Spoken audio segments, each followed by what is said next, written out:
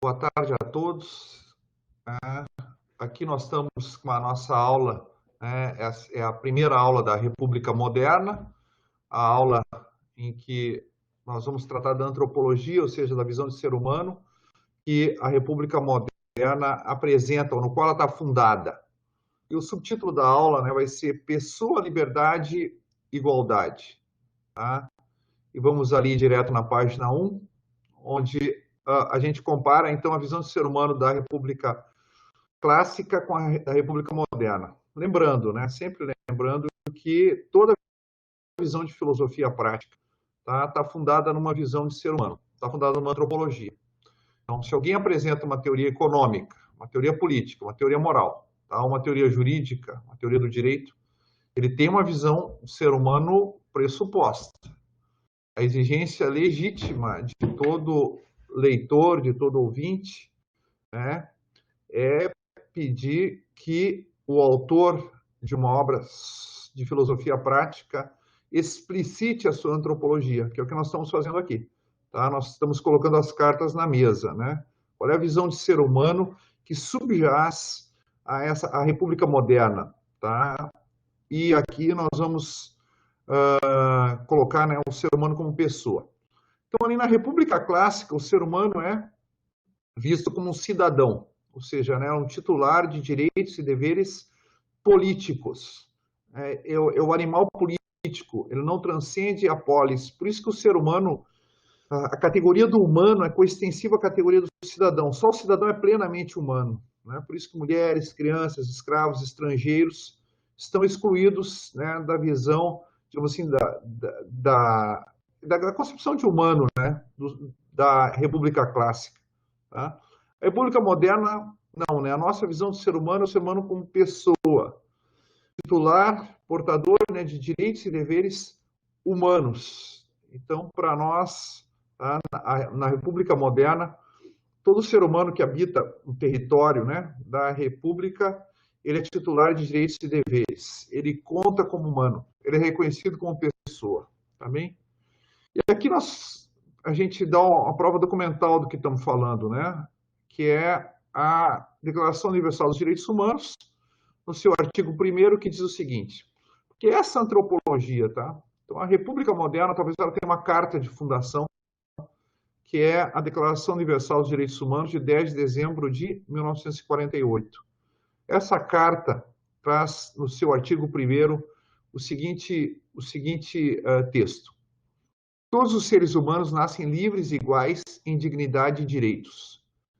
São dotados de razão e consciência e devem agir uns para com os outros num espírito de fraternidade. Aqui nós temos aqui a antropologia da República Moderna, tá? Ou seja, o ser humano existindo, em condições de liberdade, igualdade e fraternidade. Todos os seres humanos nascem livres e iguais, e devem agir uns para com os outros no espírito de fraternidade. Tá? Então, podemos definir pessoa, preliminarmente, como ser humano existindo em condições de liberdade, igualdade e fraternidade. Ou o ser humano como membro de uma comunidade de livres e iguais. E aqui nós podemos, um outro conceito que talvez seja útil para nós, o ser humano se realiza como pessoa, existe como pessoa, vive como pessoa nessas condições. E se essas condições não estão presentes? Aí nós dizemos que estamos numa situação de alienação, tá? Situação que despersonaliza o ser humano. Ou seja, quando há uma ausência de liberdade, igualdade e fraternidade. Talvez para citar o Marx aqui, que dizia, na ideologia alemã, que se as circunstâncias humanizam o ser humano, então nós temos que humanizar as circunstâncias. Acho que ele não sabia bem o que ele estava falando. Mas aqui a gente podemos pegar essa carona aqui no Marx e dizer, as circunstâncias têm que ser humanizadas. Quais são as circunstâncias humanizadas? Circunstâncias que permitam que o ser humano exista, viva, se assuma como pessoa. Circunstâncias de liberdade, igualdade e fraternidade. Na ausência disso, nós dizemos que o ser humano perdeu a si mesmo, perdeu a sua própria identidade, ele se alienou. Tá? Outro conceito aqui é o conceito de comunidade. associação na qual a ação de uns para com os outros ocorre em um espírito de fraternidade. Viram que eu estou só parafraseando, né, o texto do artigo 1º da declaração. Tá? Então, numa comunidade, uns agem em relação aos outros. Se essa ação se dá no espírito de fraternidade, então nós temos uma comunidade, tá bem? Pelo menos no sentido que nós queremos dar aqui para essa palavra. E a fraternidade, o que é a fraternidade aqui, né? Liberdade e igualdade, eu acho que a gente pode deixar para definir mais para frente. Como esse aqui é o primo pobre, né, da tríade, liberdade e igualdade são muito populares, mas a fraternidade ficou, digamos assim, na sombra. Vamos dar uma definição preliminar. O que poderia significar espírito de fraternidade na Declaração Universal? A fraternidade é a atitude de assumir o direito dos outros como conteúdo do próprio dever. Tá? Não há direito sem deveres. As pessoas aqui, né, vamos dizer que elas têm o direito a uma liberdade igual. Todo ser humano tem direito a uma liberdade igual à de todos os demais. Tá? Mas isso significa que todos têm o dever de respeitar a liberdade igual dos demais. Isso é a fraternidade, é o dever humano de promover o direito humano à liberdade igual dos outros. Tá bem? A Mona Zuff, aquela grande historiadora da Revolução Francesa, diz: por que a fraternidade não aparece na Declaração de Direitos? Porque a fraternidade é um dever, por isso que ela não aparece. Tá? A liberdade e a igualdade são direitos, mas a fraternidade é um dever. Qual é o dever? Mas não é um dever à margem da liberdade e igualdade. É um dever que implementa a liberdade e a igualdade. Tá? E como tal, não existe liberdade e igualdade sem a fraternidade, né? Como não existem direitos sem deveres. Então, qual é o nosso propósito, né? É definir se a pessoa, o ser humano vivendo em condições de liberdade e igualdade, nós vamos definir agora a pessoa, né? Vamos pensar a pessoa, vamos tentar explicar a pessoa a partir da tríade moderna, né? Da tríade de liberdade, igualdade e fraternidade. Vamos começar com pessoa e liberdade. Liberdade que nós vamos entender como autodeterminação racional. Tá? O ser humano determinando a si mesmo a partir da sua razão. Pessoa, o ser humano na sua capacidade de determinar a sua conduta a partir da própria razão. Não a partir de instintos, não a partir de tendências, não a partir da maioria, não a partir da moda, não a partir da bolha da internet, tá? Mas a partir da própria razão. Isso é a liberdade do ser humano. Tá? Então, não é agir também como dá na telha. Tá? Isso não é a liberdade. Isso é estar sujeito. Porque isso é uma espécie de sujeição. Ainda que seja uma sujeição interna, não deixa de ser sujeição. A gente fala em dependente químico, né? Não é uma pessoa livre, tá? A pessoa que está sob o jugo das drogas. Tomás de Aquino, as substâncias racionais têm o domínio de seus atos. Aqui eu coloquei 3 autores, tá? Na antropologia moderna. Coloquei 3 autores. Um deles é Tomás de Aquino, século XIII, digamos assim, o mundo moderno começa a tomar forma, né? Começa a ter uma sociedade urbana, com comércio, universidades, etc. Né? Claro que a modernidade, como nós tratamos aqui, embora tenha os seus inícios no século XVI, a República Moderna se configura a partir do século XVIII, né? Mas eu quis colocar essa ideia de pessoa como uma espécie de síntese, ou auge, ou clímax do desenvolvimento antropológico, tal como se deu na filosofia ocidental. Então, peguei 3 autores bastante representativos, né? Tomás de Aquino, Kant e Hegel, tá? Para explorar o conceito de pessoa. E aqui nós estamos trabalhando, né? Então, cada um dos tópicos, liberdade, igualdade, fraternidade, vai aparecer pessoa. Pessoa e liberdade, pessoa e igualdade, pessoa e fraternidade. Aqui no Tomás de Aquino, então, como é que ele define pessoa? As substâncias racionais têm o domínio dos seus atos. E não são apenas movidas na ação como as outras, mas agem por si mesmas. Por isso, os indivíduos de natureza racional têm o nome especial de pessoa. Quem é a pessoa? É o ser capaz de autodeterminação racional. Tá? Isso está em Tomás de Aquino. E aqui eu quis colocar um preceito, né? O que significa, em Tomás de Aquino, na teoria da lei natural dele, que é uma teoria da razão prática, né? A teoria da lei natural. No fundo, a teoria da lei natural é a teoria dos primeiros princípios da razão prática. É de onde eu parto no agir, na praxis. É de onde a minha razão parte. Ela parte de certos princípios. Esses princípios, para Tomás de Aquino, formam o que ele chama de lei natural. A teoria da razão prática dele é complementada por uma teoria da prudência. Ou seja, não é suficiente eu saber um certo princípio da lei natural, mas como aplicá-lo aqui e agora. E para isso eu preciso da prudência, tá bem? E Tomás de Aquino diz o seguinte, né? Quando ele está investigando quais são os preceitos da lei natural, esses primeiros princípios, essas normas, se preferirem, né? A partir das quais se dá a ação humana. E logo o primeiro preceito da lei natural é: o bem deve ser feito e procurado e o mal deve ser evitado. Eu quero só ressaltar, né? Não é só o bem deve ser feito e o mal deve ser evitado. Claro que esse aqui é um princípio do qual todos nós partimos, né? É um princípio do qual nós partimos em toda ação, desde tomar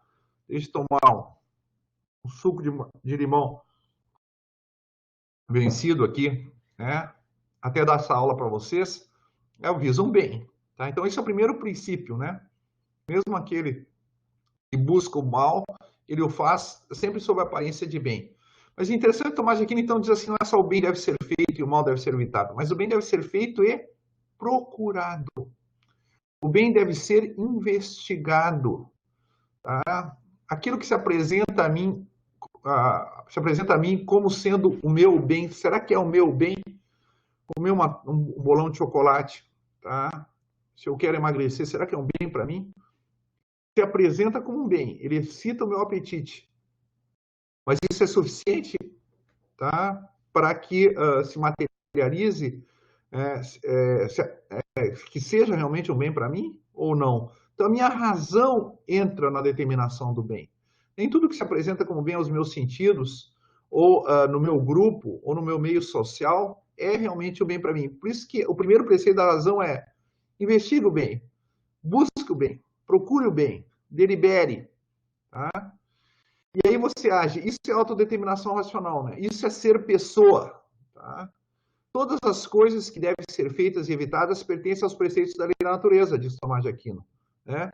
A lei natural é a minha lei, é a lei da minha razão, é aquilo que a razão prática estabelece para mim, que a razão prática naturalmente apreende como bens humanos. Quando eu ajo a partir da razão prática, da minha razão prática, da minha lei, então eu sou livre, tá? Isso é ser pessoa. Então, o primeiro preceito, né, de ação da pessoa é: o bem deve ser feito e procurado e o mal deve ser evitado. Kant define assim: a personalidade é a liberdade e a independência do mecanismo de toda a natureza, considerada ao mesmo tempo como uma faculdade de um ente submetido a leis dadas por sua própria razão. A pessoa é livre. E quem é livre? Aquele que segue a sua própria lei. É plenamente pessoa o ser que é autônomo, diz Kant. Não é aquele que vive sem lei. Não é aquele que vive na anomia, mas é aquele que vive com a sua própria lei, ou sob a sua própria lei, a autonomia. Tá? E aqui eu coloquei a primeira fórmula do imperativo categórico do Kant, né? Age segundo a máxima que possas querer que se torne uma lei universal. Tá? Ou seja, você é capaz de querer que a máxima, o teu princípio de agir, teu princípio subjetivo de agir, valha como uma lei objetiva para todos. E Kant vai dizer: bom em sentido prático, em sentido moral, é o que determina a vontade objetivamente. Isto é, em virtude de razões que são válidas para todo ser racional. Aproximando Kant aqui do Tomás de Aquino, tá? Agir bem, buscar o bem, fazer o bem. O que é o bem? Aquilo que eu posso apresentar como bem, aquilo que se funda em razões. Tá? Não é aquilo que simplesmente que se apresenta como objeto para o meu sentimento ou para a minha inclinação, mas aquilo que pode ser justificado a partir de razões e, portanto, para todo ser racional. Por isso que eu posso universalizar, né? Todo ser racional poderia aceitar aquele comportamento, tá bem? Eu posso apelar para a autonomia de todos, tá? Isso é ser pessoa. Hegel também vai definir, né, a pessoa a partir da liberdade, né? O eu livre é a pessoa, dizia na Fenomenologia do Espírito. Então, nós temos três grandes autores aqui, três dos maiores filósofos da história humana, que definem pessoa a partir do conceito de liberdade. E aqui eu tenho Paul Ricoeur, só para fazer um comentário, né, em que ele vai dizer o seguinte: o termo si, soi-même, que é como ele trabalha a noção de pessoa, o si mesmo, esse eu reflexivo, o self, tá? O termo si, self, que eu gostaria de associar ao termo estima, não se confunde com o eu, moi. Portanto, com uma posição egológica que o encontro com o outro subverteria necessariamente. Parece que se encontrar com o outro é perder-se para aquele que identifica o ser humano com o eu, né? Como acontece, por exemplo, com o Sartre. Tá ouvindo? Né? O inferno, claro, eu me perco no contato com os demais. Tá? Então aqui eu tenho que o si mesmo, né, é a pessoa, é o ser humano como ser humano. O ser humano que se quer e se sabe como ser humano. Tá? E eu tenho o si, quando é que eu tenho essa experiência do si? Quando é que eu experimento a mim mesmo como pessoa? Quando eu ajo. Né? E aqui vai dizer o Ricoeur. Duas coisas são fundamentalmente estimáveis em si mesma, né? Então, a pessoa, o Ricoeur aqui está trabalhando a ideia não só do conhecer a si mesmo, né? Claro, mas o do querer a si mesmo, o que eles chamam de estima de si. Ou podemos chamar o amor de si, tá? Que é o seguinte: primeiro, a capacidade de escolher a partir de razões, de preferir isso a aquilo. Ou seja, a capacidade de agir intencionalmente. Isso é completamente estimável. Isso eu vejo que tem valor. Né?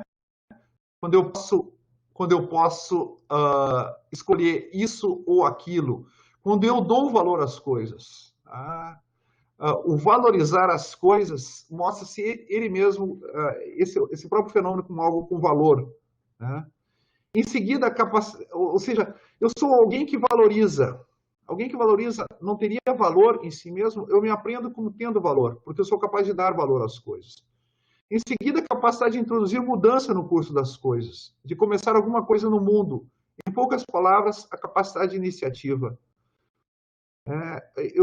Eu vejo que estou à margem de tudo que é dado no mundo natural. Que eu funciono como uma causa, não sou simplesmente causado ou efeito de uma outra causa. Que eu posso dar início a uma série causal a partir de mim mesmo. Isso me torna valioso. Tá? Quando eu me apreendo como livre, ou seja, quando eu me apreendo como pessoa, eu vejo o valor único que há em mim mesmo. Tá? E, claro, em todo ser humano. A estima de si, né, é o momento reflexivo da praxis, o amor de si. Né? É apreciando nossas ações que apreciamos a nós mesmos, como sendo os autores delas. Eu me aprendo como um ser livre. Ao agir, tá, eu aprendo que eu sou livre e passo a estimar a mim mesmo. Né? Eu me coloco como um self. É um momento reflexivo da praxis. Eu não reajo ao mundo, mas eu ajo no mundo. Tá? E, portanto, como sendo outra coisa que simples forças da natureza ou simples instrumentos. Há um abismo ontológico entre a pessoa e o restante da natureza, né? Só a pessoa é livre, tá bem? Aqui é a pessoa e igualdade, né? Então a gente colocou, né, o ser humano, a pessoa é o ser humano existindo em condições de liberdade, igualdade e fraternidade. Então a gente viu o primeiro elemento da definição de pessoa, que é a liberdade. Vamos para o segundo agora, que é a igualdade. Igualdade como isotimia. Aqui é um termo tá um pouco não, é bastante inusual, né? Esse termo isotimia, mas é um termo grego, tá? Usado na época da polis clássica e significa o seguinte: significa o ser humano na sua igual dignidade com todos os seres humanos. É assim que eu estou usando esse termo agora, com esse sentido, tá? Timos, para os clássicos, perdão, no grego clássico é honra, prestígio, o reconhecimento, tá? Então, isotimia era igualdade de honras, igualdade de condição, tá? Quando se pretendia igualdade de acesso aos cargos públicos, né? Se falava em isotimia, a igual pretensão, igual acesso às honras públicas, né? Então, isotimia é o desejo de ser reconhecido como igual aos outros. Se eu tirei do Fukuyama, tem a nota ali, né, de rodapé, tá? E ele fala da perversão, que é a megalotimia, é o desejo de ser reconhecido como superior aos outros, tá? Não, a pessoa não pode ter megalotimia, tá? O que caracteriza a pessoa é se posicionar como igual face a qualquer outro, tá? Lembram lá, né? Como é que está na Declaração Universal? As pessoas nascem livres e iguais em dignidade. Iguais em dignidade. Isotimia, tá? Tomás de Aquino. Tomás de Aquino diz o seguinte: como nas comédias e tragédias se representavam personagens célebres, o termo pessoa, persona, veio a designar aqueles que estavam constituídos em dignidade. É um pouco pessoa e personagem, né? Então, aquele que usava a máscara persona, né, sempre era alguém importante. Né? Penso Édipo Rei, Antígono, Creonte, tá? Personalidades importantes. Pessoas que eram dotadas de dignidade social. E Tomás de Aquino vai relacionar isso, né? Ser uma pessoa, ser uma persona, ser um personagem com a ideia de dignidade. Ora, é grande dignidade, diz ele, subsistir em uma natureza racional. Por isso dá-se o nome de pessoa a todo indivíduo dessa natureza. Ser dotado de razão, ser capaz de autodeterminação racional, ser livre é uma grande dignidade. Tá? Os outros seres não têm essa dignidade. Portanto, aqui a gente pode falar em dignidade da pessoa, né? Do ser capaz de autodeterminação racional. Tá bem? Então, vocês vejam que essa questão da dignidade da pessoa humana, né, que faz parte da nossa Constituição, como é que isso aqui já, a expressão dignidade da pessoa, ou a relação da pessoa com dignidade já está em Tomás de Aquino, né? O pessoal geralmente para em Kant para falar disso, né? Porque o Kant dá um belo tratamento realmente na fundamentação da metafísica dos costumes, mas isso já está presente em Tomás de Aquino, vocês têm a citação da Suma Teológica aí, podem ir atrás, tá? O interessante é que também Tomás de Aquino diz o seguinte: o que significa ter uma dignidade? Né? A gente vai ver depois, claro, o Kant deixa isso bastante explícito. Significa que a pessoa é fim, a pessoa não é meio. E Tomás de Aquino, no comentário ao Evangelho de João, diz o seguinte: assim está escrito, o fim do preceito é a caridade. E Tomás de Aquino faz o seguinte comentário, né? Assim, quando fazemos algo para a utilidade do próximo, o fim do preceito é o próximo. Quando diz assim, não matar, qual é o fim do preceito? É a pessoa do próximo. Não roubar, qual é o fim do preceito? É a pessoa do próximo. Tá? Então, o fim é a pessoa. Eu não roubo por respeito à pessoa.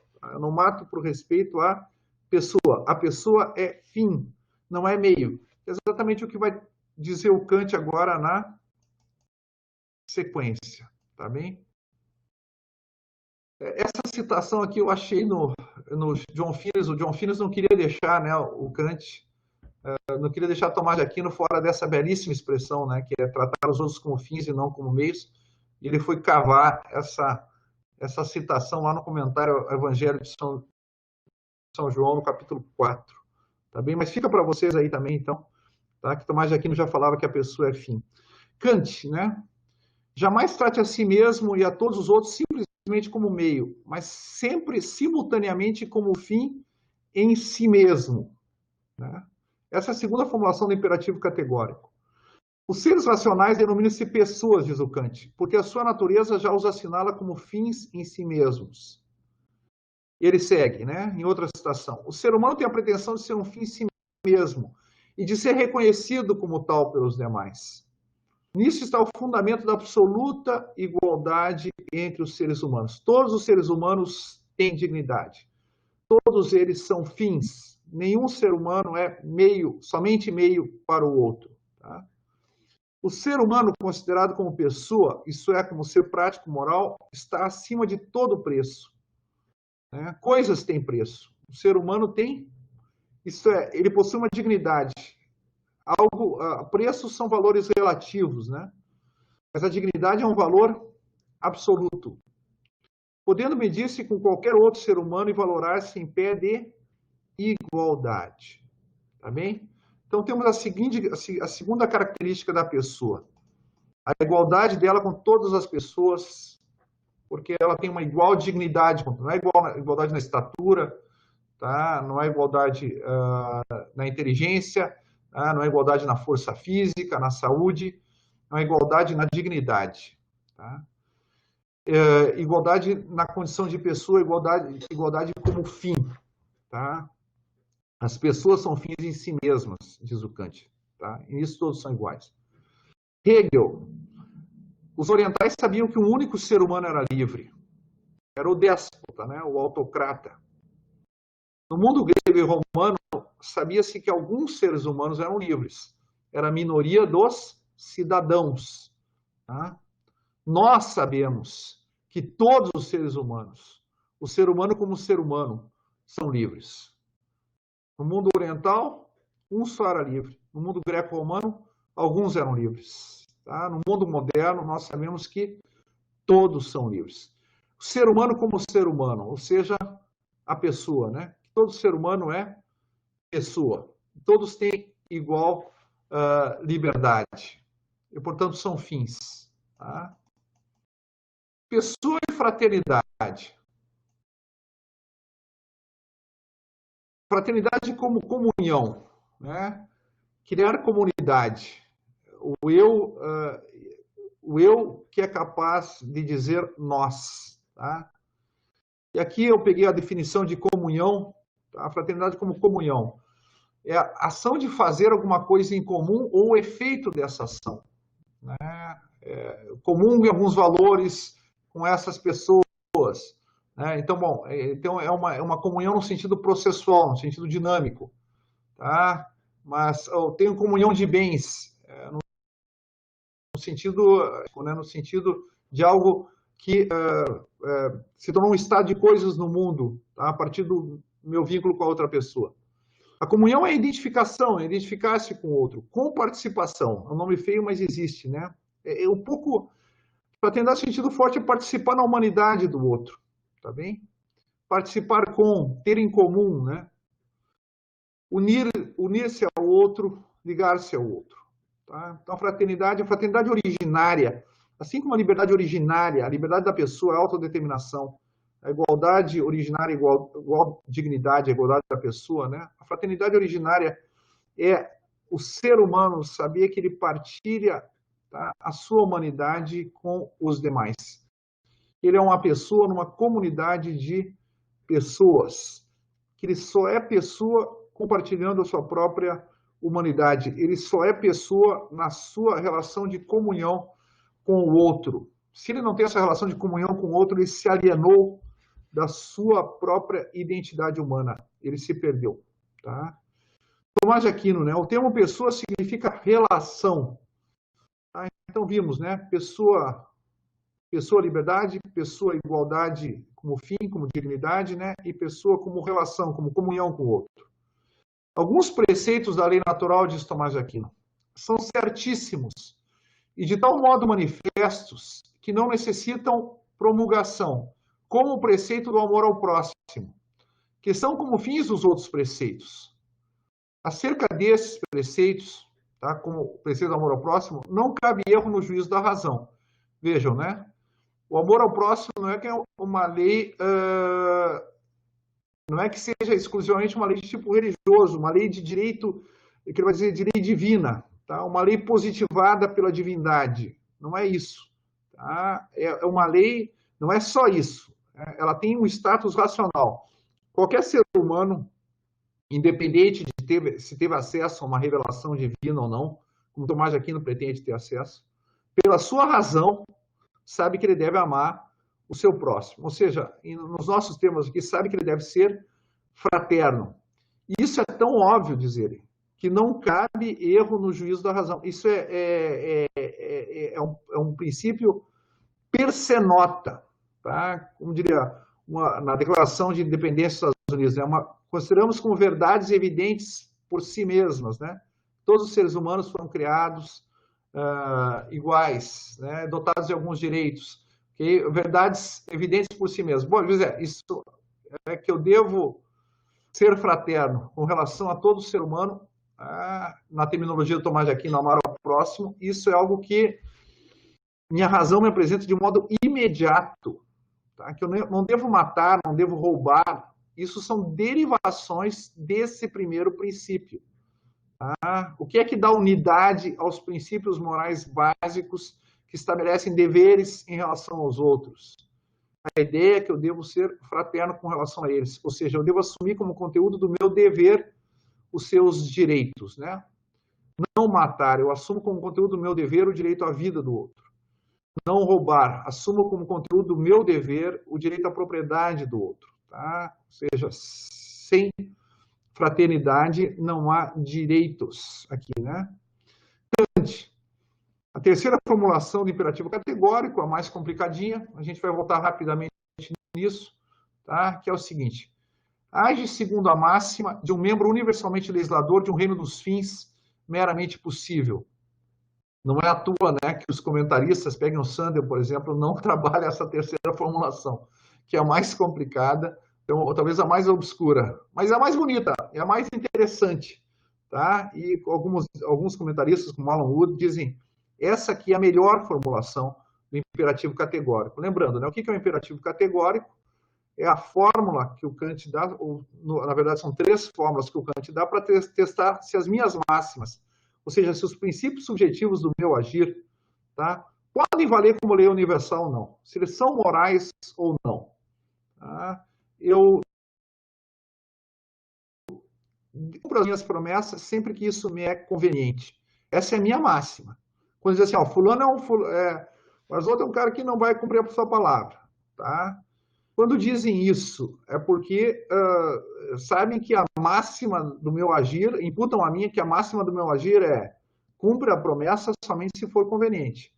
Mas isso é uma lei moral, pode valer como um imperativo categórico, tá? Incondicional, como é o caso de toda lei moral? Não, não pode valer, né? A gente sabe por várias razões, não passa no primeiro teste do imperativo categórico, porque eu não posso universalizar. Tá? Uma vez que manter que a promessa pode ser descumprida sempre que isso for conveniente para o promitente, elimina a própria ideia de promessa. Tá? No segundo, que é óbvio que eu trato o outro como meio, né? Coloco ele a serviço dos meus projetos quando eu não cumpro a palavra. O terceiro é que no reino dos fins, tá? Ou seja, numa sociedade, num mundo, numa comunidade, onde todos são fins para os demais, não pode figurar uma lei como essa. Tá? No mundo que nós queremos viver, tá? Isso não pode valer como uma lei nesse mundo. Tá? O reino dos fins é a convivência ordenada dos seres racionais que se apoiam reciprocamente. Tá bem? E se nós vivêssemos... Todo mundo quer viver no reino dos fins. Tá? As pessoas migram de uma sociedade para outra porque acham que essa outra sociedade elas são respeitadas como fins. Tá?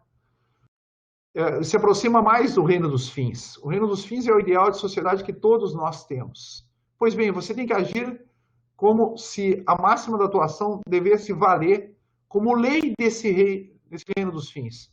Tu não paga impostos aqui? Mas você quer migrar para um país onde os serviços públicos são satisfatórios porque todos pagam impostos, né?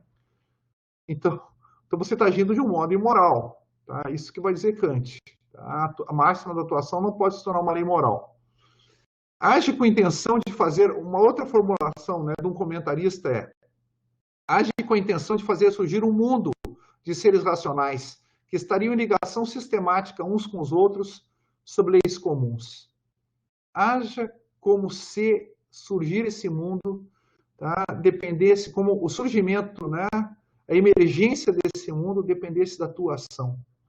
Age como se você fosse um legislador universal, tá? Que você fosse o legislador desse reino, desse mundo no qual você quer habitar, né?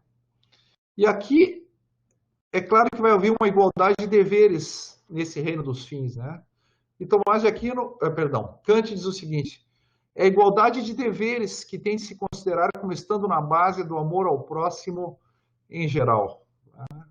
Eu tenho todos, no reino dos fins, vigora o amor ao próximo, né? Todos são fraternos, todos querem e realizam o bem, todos têm benevolência e beneficência em relação aos outros, querem o bem e executam o bem, todos têm deveres iguais, tá? Em relação aos demais. Significado. Entendo por reino, diz Kant, né? A ligação sistemática de diferentes seres racionais mediante leis comuns. Isso é um reino. Tá? Como as leis determinam os fins segundo sua validade universal, é as leis que dizem respeito aos fins, né? Por exemplo, né, que eu não devo matar, essa é uma lei, esse fim, perdão, né? Eu devo respeitar a vida do outro, ou devo assumir o outro como fim, é um fim obrigatório. Ou tem fins que são permitidos, tá? Segundo a sua validade universal. No reino dos fins, alguns fins são obrigatórios, outros fins são permitidos. Quais são os fins? Esses são fins obrigatórios. Tá? Que eu devo colocar o outro dentro do horizonte da minha ação como um fim e não meramente como um meio, isso é obrigatório para mim. Agora, fazer o curso de Direito, ser professor, isso é um fim lícito, mas não é um fim obrigatório, perdão, é um fim permitido, não é um fim imposto. Tá? Que cada um possa pôr para si mesmo, né? Os fins subjetivos, né? Os fins próprios são os fins subjetivos. Cada um pode pôr para si mesmo. Ter uma casa, morar num apartamento, ter um cachorro, ter 2 carros, tá? Isso são fins permitidos. Agora, não matar, não roubar, não mentir, tudo que diz respeito ao outro, né? Como fim em si mesmo, né? Diz respeito à minha ação com relação ao outro, tomando-o como fim em si mesmo, isso é um fim obrigatório. E aí Kant vai explorar um pouco isso, dizendo o seguinte: o ser humano é fim tanto para si mesmo como para os demais. Ele proíbe a automutilação, tá? O uso de drogas, né? O suicídio, né? Tudo isso para Kant significa não respeitar a humanidade ou o seu próprio caráter de pessoa. Não basta que não esteja autorizado a usar a si mesmo ou aos demais como meio, pois nesse caso poderia também ser indiferente em relação a eles. O jurista sempre vai usar essa ideia de dignidade da pessoa humana, dizendo não trate os outros como meio. Mas Kant vai além disso. Ele diz assim: é um dever para o ser humano propor-se como fim o ser humano em geral. Não tratar o outro como meio é um dever de respeito. Tratar o outro como fim é um dever de amor. Tá?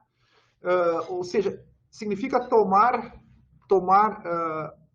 o outro, né? Os fins legítimos dos outros, como diz o Kant, tá? Como fins próprios. O dever de amar ao próximo pode expressar-se do seguinte modo: é o dever de tornar meus os fins dos outros, na medida que não são fins imorais. Então, a segunda formulação do imperativo categórico, né? Trata a humanidade em ti, trata a ti mesmo e aos outros sempre simultaneamente como fim e nunca meramente como meios.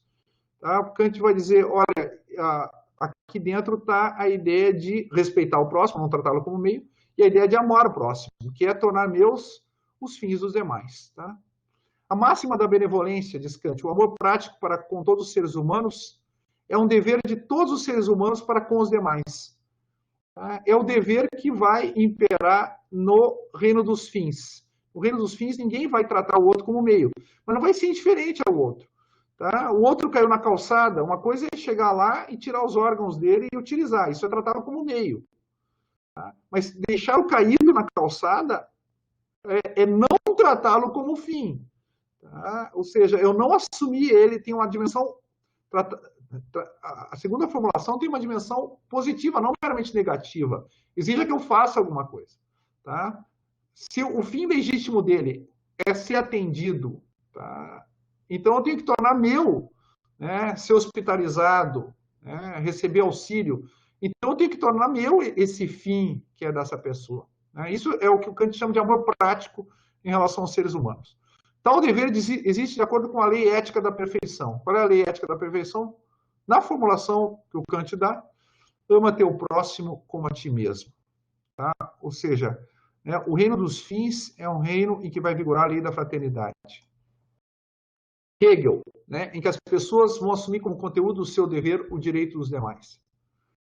Hegel, né? A comunidade de uma pessoa com outra tem de ser vista não como uma limitação da verdadeira liberdade, mas como uma ampliação da mesma.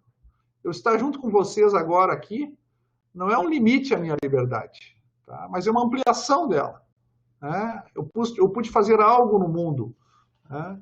Eu pude dar uma aula, eu pude entrar em contato com vocês, né? Eu fui obrigado a estudar para fazer isso. Isso ampliou a minha liberdade. Sem vocês, eu sou menos livre, né? Então, Sartre via o outro como o inferno são os outros, porque os outros representam o limite da minha liberdade. Mas não, os outros são a condição da minha liberdade, mas os outros são a realização da minha liberdade, né?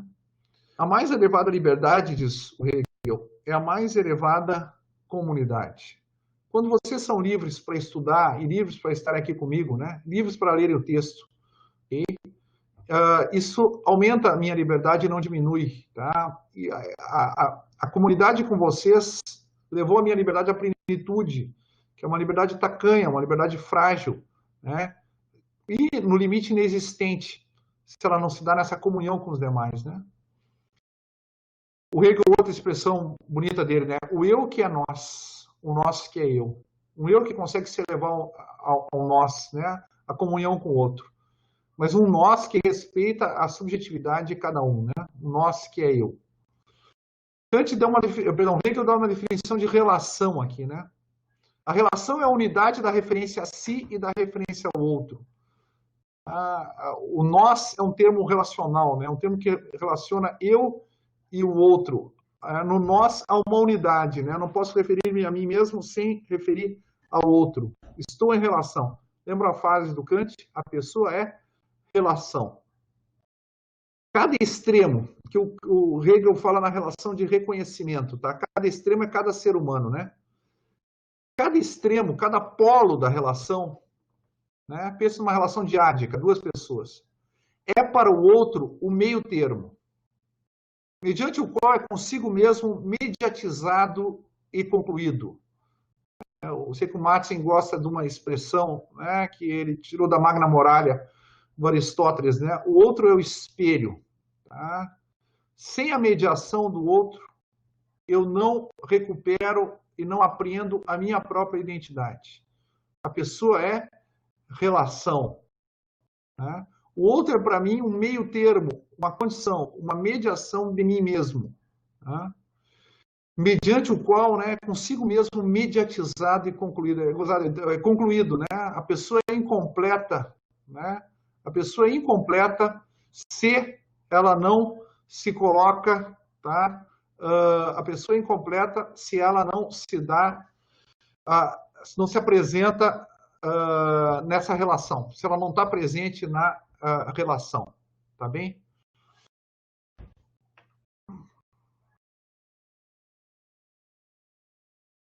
Então, tá? Continuando aqui, né, o comentário, né? Cada um é para si e para o outro, e só é para si através dessa mediação. O Hegel gosta muito de falar do ser que é em si e do ser para si. Tá? Eu só sou para mim, né? Ou seja, completamente reflexivo. Tá? Não sou só para o outro, mas para mim mesmo, se eu sou para o outro. Tá? Cada um é para si e para o outro, e só é para si através dessa mediação. Eu só me completo, né? É um sair de si para voltar a si. Esse êxodo, essa trajetória, né? Na qual o outro se apresenta como meu caminho em direção a mim mesmo. Tá? Isso aqui é absolutamente essencial, tá? No pensamento hegeliano, na própria ideia de pessoa. Tá?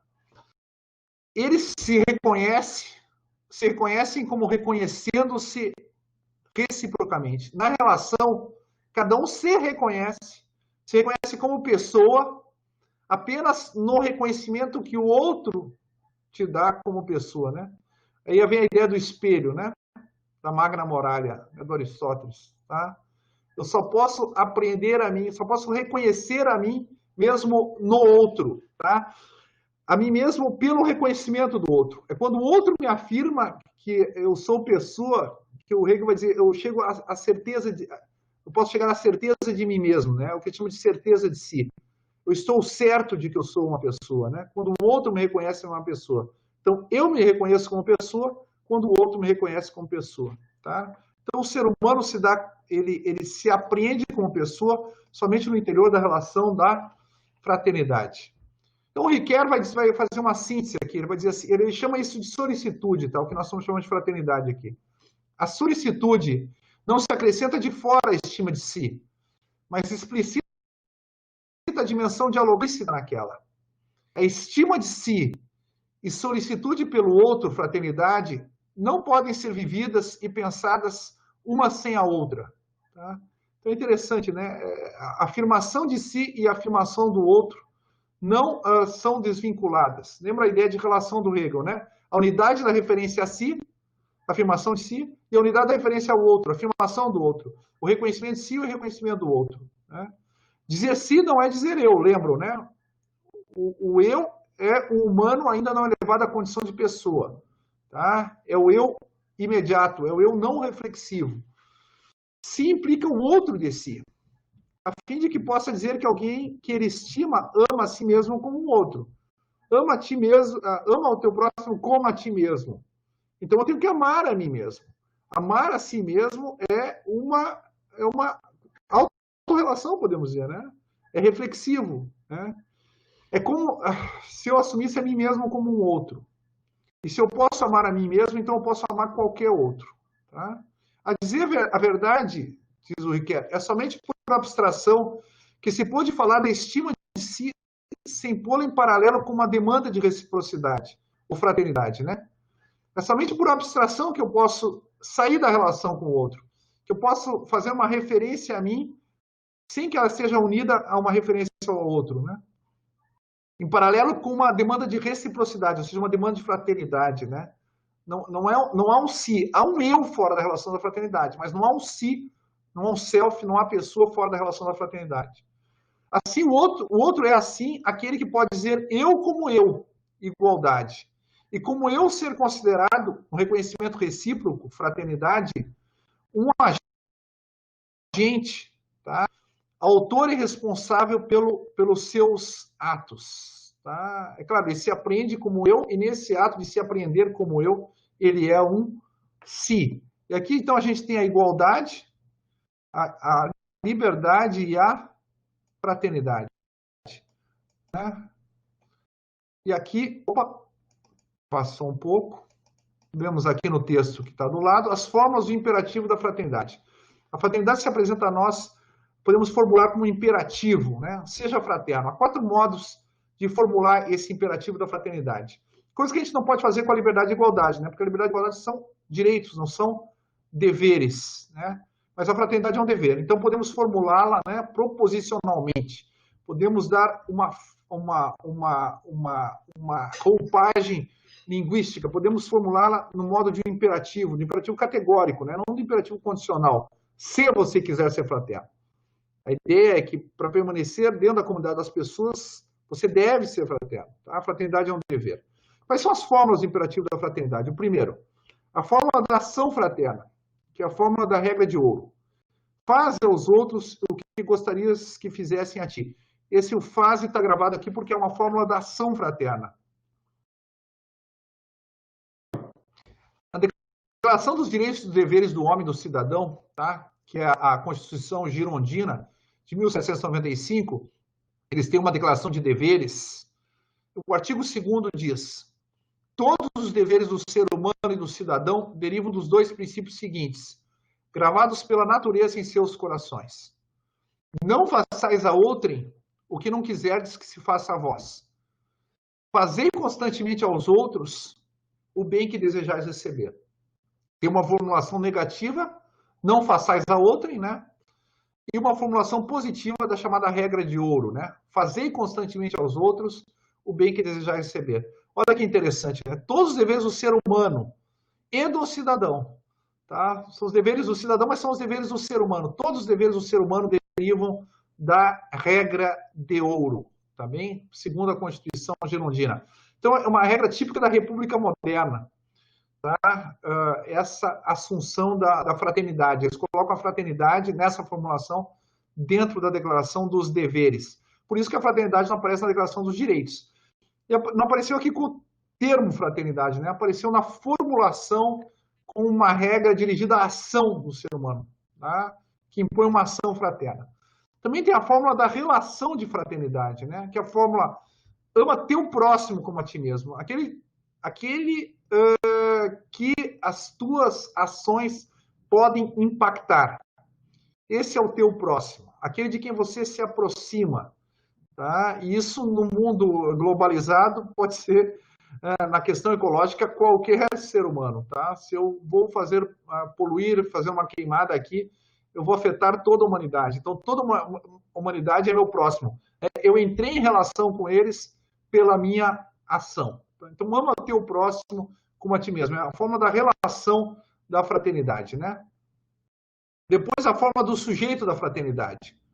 Eu vejo que eu estou grafando ali, né? O teu próximo, e agora, como eu grafei o fase lá em cima, né? A forma do sujeito da fraternidade. Ser uma pessoa e trata os outros como pessoas. O sujeito da fraternidade é a pessoa. É aquele que sabe que só é mediatizado e concluído, como vai dizer o Hegel, na relação com o outro, né? Ser uma pessoa. Vive em condições de liberdade, igualdade e fraternidade. E faça com que os outros fruam também, né? Assume ser uma pessoa, né? E trata os outros como pessoas, né? Seja membro de uma comunidade de livres e iguais. E a forma do mundo fraterno. Age segundo a máxima de um membro universalmente legislador de um reino dos fins meramente possível. O reino dos fins aqui representa, tá, o mundo fraterno. Tá bem? Então, tem 4 fórmulas aqui do imperativo categórico da fraternidade, que a gente pode dizer, né? E isso aqui vale, aqui eu concluo a aula de hoje, né? Vale o que o Kant dizia sobre as fórmulas do imperativo categórico. O que o Kant dizia? As 3 maneiras de apresentar o princípio da moralidade são, do imperativo categórico, né, são, no fundo, apenas outras tantas formas de apresentar a mesma lei, das quais cada uma por si mesma reúne em si as outras 2. Lembrando as formulações de imperativo categórico, né, a primeira formulação é a formulação da universalidade, né, age de tal modo que a máxima da tua age de tal modo que a máxima da tua ação possa valer como lei universal. A segunda formulação é a formulação da dignidade, né? Age de tal modo, né, que a máxima da tua ação que na máxima da tua ação, a tua humanidade e a do outro sejam tratadas sempre e simultaneamente como fim, nunca meramente como meio, né? E a terceira formulação age como se a máxima da tua ação pudesse ser a de um membro legislador, universalmente legislador de um reino dos fins, meramente possível, né? Ou seja, que pode acontecer e pode não acontecer, tá? Num reino dos fins ideal, podemos dizer assim, que é o mundo fraterno, o mundo no qual nós queremos habitar. Para Kant, essas 3 máximas são intercambiáveis, uma pode substituir a outra. Qualquer uma delas, se a minha máxima passar por qualquer uma das fórmulas, ela se torna uma lei moral. Nós podemos dizer isso também das 4 formulações, né, do imperativo categórico da fraternidade, tá bem? Qualquer uma dessas formulações pode abranger as outras 2. E aqui eu encerro, então, essa aula sobre antropologia, a visão de ser humano da República Moderna, o ser humano como pessoa. Então, até logo.